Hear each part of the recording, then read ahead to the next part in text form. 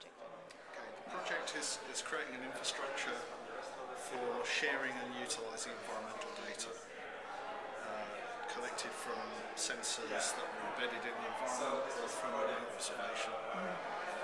And the idea is that by enabling access from one community to another, it's possible to do interesting new science in the environmental management area. And maybe in the long term provide the kind of resources we need to understand better how to make policy decisions and how to respond to changes in the environment, land use, or other things. The project I'm talking about is part of the research infrastructures programme. So obviously it benefits from the initiative to create the European research area and to support it.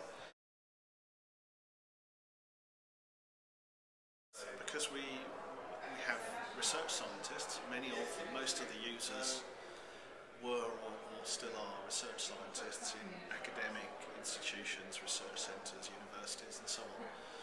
But some of the data providers are commercial, and I think there is a certain gap in the way they perceive their rights to access data and the mechanisms for kind of paying for that data in a sense.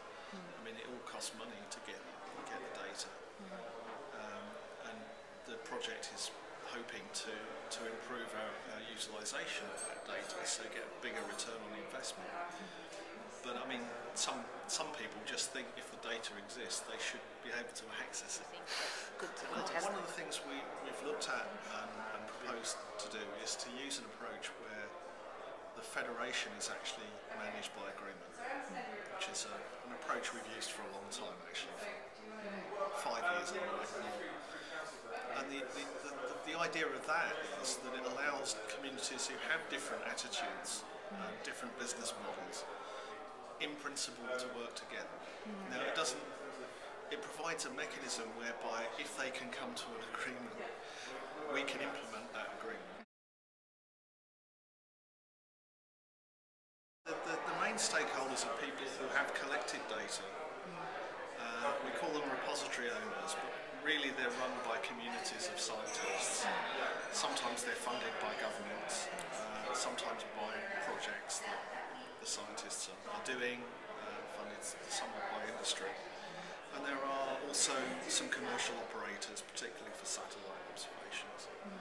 So these guys have data, and they're providing access to particular communities of users. But the users are only some of the people who could utilise the data. So, for example, there are repositories that store marine data, measurements of the sea, things like biological activity, pollution and so on.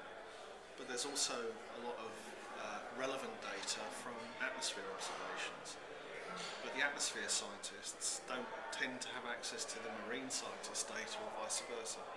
So what we're trying to do is enable these repositories to be linked together, so that the communities, even though they don't know each other that well, can look at each other's data and identify collaborations and set up cross-disciplinary projects.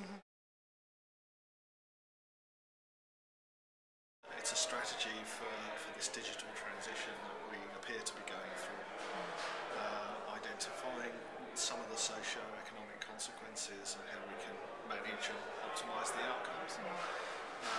But I also know it's quite detailed. There are large numbers of actions.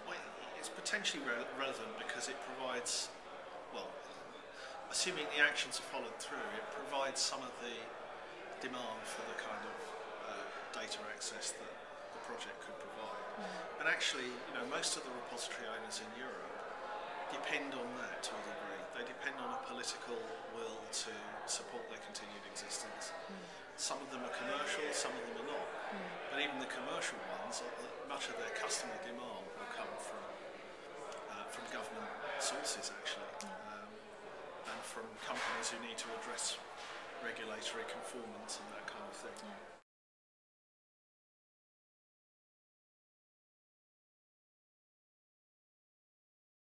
The ability to use data to identify potential collaborations between people who don't actually know each other. How to bring communities together because they have common interests at certain times. But what you can't do is run a conference that addresses all their interests at once. Of course.